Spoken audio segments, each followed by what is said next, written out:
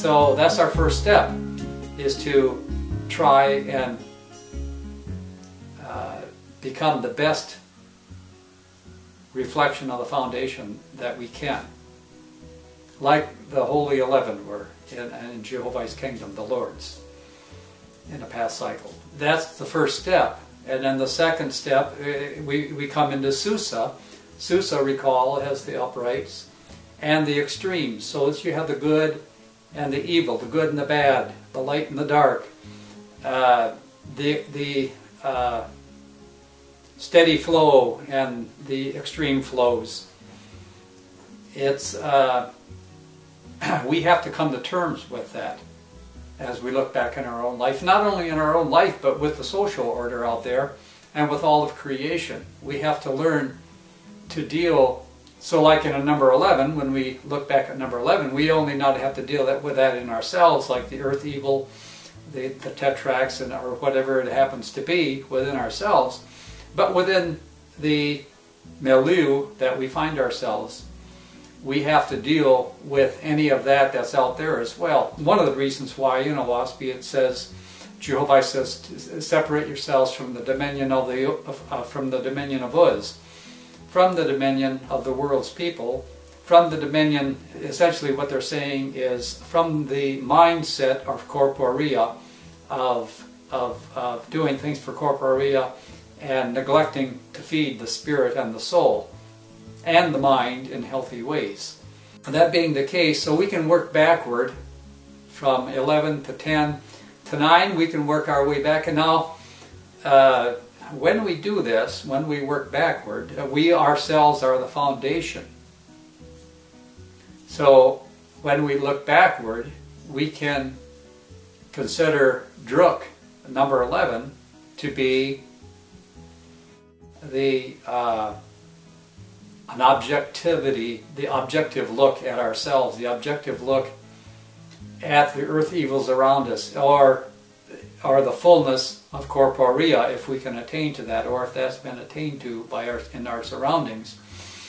And of course that is true to an extent if you're out in the countryside and you have trees growing and birds singing and everything is flowing along nicely and in the fullness of life, essentially.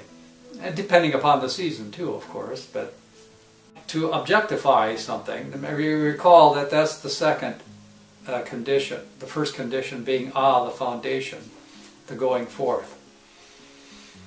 And the second condition is the O that comes out of the and that's the objectivity, the abstraction.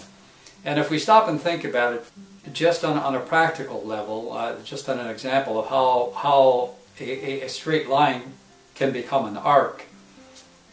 Because when you look at number 1, the it's the going forth, it's a straight line, and you look at the O, the next condition that comes after it, and it's an arc, it's an arch. And so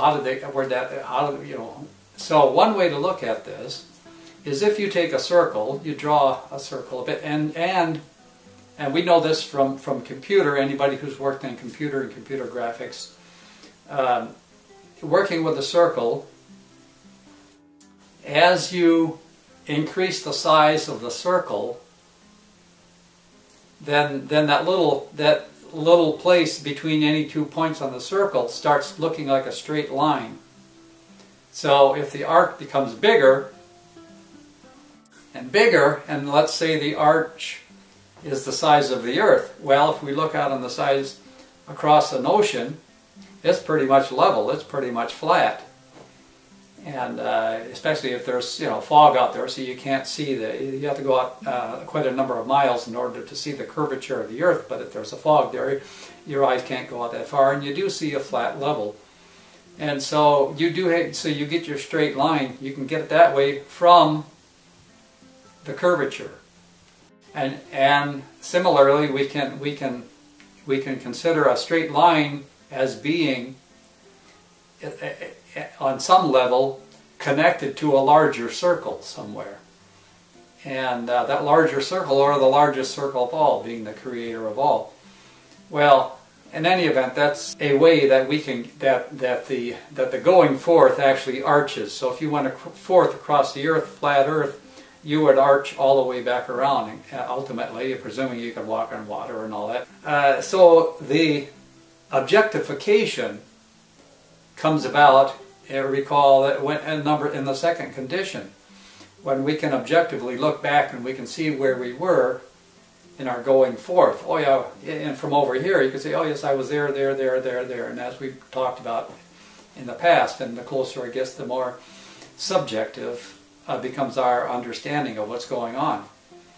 This number 2, the objectivity to the foundation, since we, in looking at man and going back to the origin, so we are the foundation. Now instead of going this way, which we can do, go forward and progress, we'll progress to 13, but we can also look back to the origin and get ourselves back to the origin, back to the core, back to who we are, to the quick.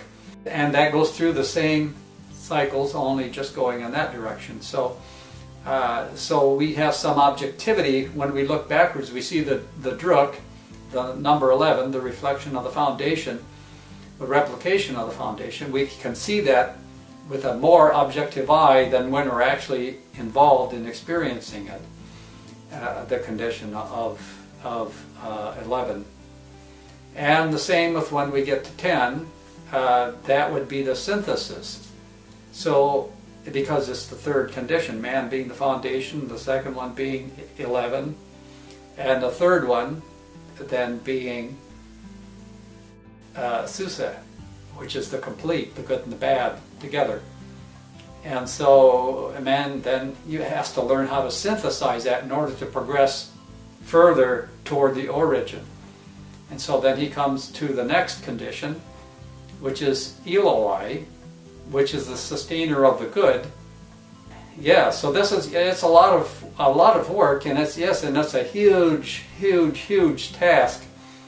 And yet it's not all demanded of us that we do it all at once, or that I mean, we can choose to either not go back there for as long as we want, but ultimately we have a desire to get back to our roots, to our beginning, to what we are inside.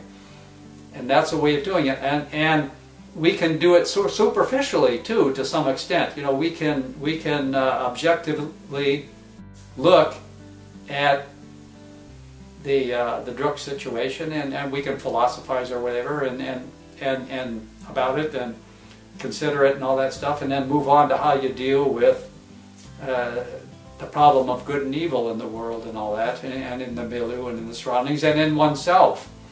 Now, one can certainly do something about good and evil within oneself. One may be limited in reach insofar as helping the outside world change. But as far as the inside world, inside ourselves, our inner temple, our inner condition that we have for a home for our spirit and for our soul, when we deal with that, yes, we can certainly deal with that and purify it and cleanse it and clarify it. That we can do, and it's up to us to decide how much we're going to do and how much and when and all that. If we want to go back to origin, then we can progress backwards, like we say, and we can do it intellectually, pretty much, because that's what we're doing now. Is we're kind of intellectually going backwards and back toward origin, and that helps because it actually creates a thread or a pathway through that.